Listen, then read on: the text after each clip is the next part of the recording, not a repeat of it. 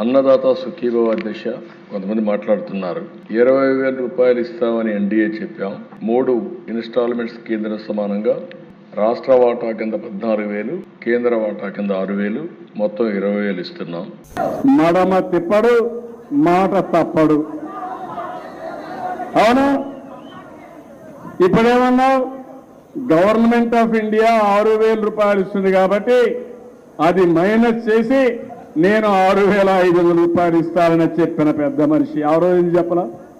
రైతుకు సంవత్సరానికి 20,000 రూపాయలు ఇప్పుడు ఇచ్చేది కాకుండా 20,000 వరకు ఇచ్చేట్టుగా తెలుగుదేశం పార్టీ నిర్ణయం చేశాం. మాట తప్పడు అని నా గురించి. అది మనం అసలు పిఎం కిసాన్ అనేది అసలు ఫస్ట్ ఆఫ్ ఆల్ మన మేనిఫెస్టో వచ్చిన తర్వాత పిఎం కిసాన్ గురించి ఆయన మాట్లాడాడు. చెప్పిన దానికైనా పెంచి ఇచ్చినాం. అసలు బడ్జెట్ అంటేనే ఏంది? కేంద్ర ప్రభుత్వం ఇచ్చేది, మనం తీసుకొచ్చే అప్పులది, ప్లస్ రాష్ట్ర ప్రభుత్వం పెట్టేది. కానీ ఈయనేమన్నాడు? స్పెసిఫిక్గా వాళ్ళు ఇచ్చేది కాక నేను 20,000 ఇస్తాను అన్నదాత సుఖీభవ పేరుతో అని చెప్పినాడు. స్పెసిఫిక్గా చెప్పినాడు. చెప్పిన ఈ పెద్ద మనిషి ఈ 20,000 రూపాయలు మా హయాంలో రైతులందరూ ఎంతమంది ఉన్నారని చూస్తే 53,58,000 మంది. ఈ 53,58,000 మందికి ఇంటూ 20,000 రూపాయలు అన్నదాత సుఖీభవ కింద పిఎం కిసాన్ ఇచ్చేది కాక ఈయన ఇవ్వాల్సింది. అంటే 10,717 కోట్లు సంవత్సరానికి ఇవ్వాలి. ఈయన ఏం చేసినాడు? మొదటి ఏడాది ఎగ్గొట్టేశాడు. మొదటి ఏడాది ఇచ్చింది 0. రెండో ఏడాది ఏం చేసినాడు? 2 ఏళ్ళు కలిపి మామూలుగా ఎంత ఇవ్వాలా? మొదటి సంవత్సరం 20,000, రెండో సంవత్సరం 20,000, 2 ఏళ్ళకి కలిపి 40,000 ఇవ్వాలి.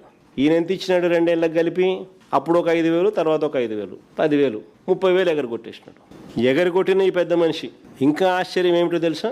వైఎస్ఆర్సీపీ హయాంలో 53,58,000 మందికి రైతు భరోసా పథకం ద్వారా మనం రైతులకు సహాయం మేలు అందిస్తూ ఉంటే ఈయన అధికారంలోకి వచ్చిన తర్వాత 7 లక్షల మంది రైతులకు పథకాన్ని దూరం చేసినాడు. 7 లక్షల మంది రైతులను ఫస్ట్ కటింగ్.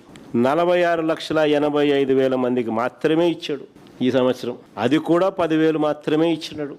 అది కూడా 4,685 కోట్లు. కానీ ఏమంటాడు బడ్జెట్లో? ఆ వ్యవసాయ శాఖ మంత్రి మాట్లాడుతూ, అచ్చెన్నాయుడు ఆయన మాట్లాడుతూ 6,309 కోట్లు ఇచ్చినామని అంటాడు. వాళ్ళు ఇచ్చిందే 4,685 కోట్లు 46,85,000 మందికి. ఇప్పటికే 30,000 రూపాయలు ఎగరగొట్టినావు 2 ఏళ్ళకి కలిపి. ఇది వాస్తవం అయితే బడ్జెట్లో నువ్వు 6,309 కోట్ల రూపాయలు ఇచ్చినానని చెప్పి చదువుతావు. ఎట్లా అబద్ధాలు ఆడతావు నువ్వు?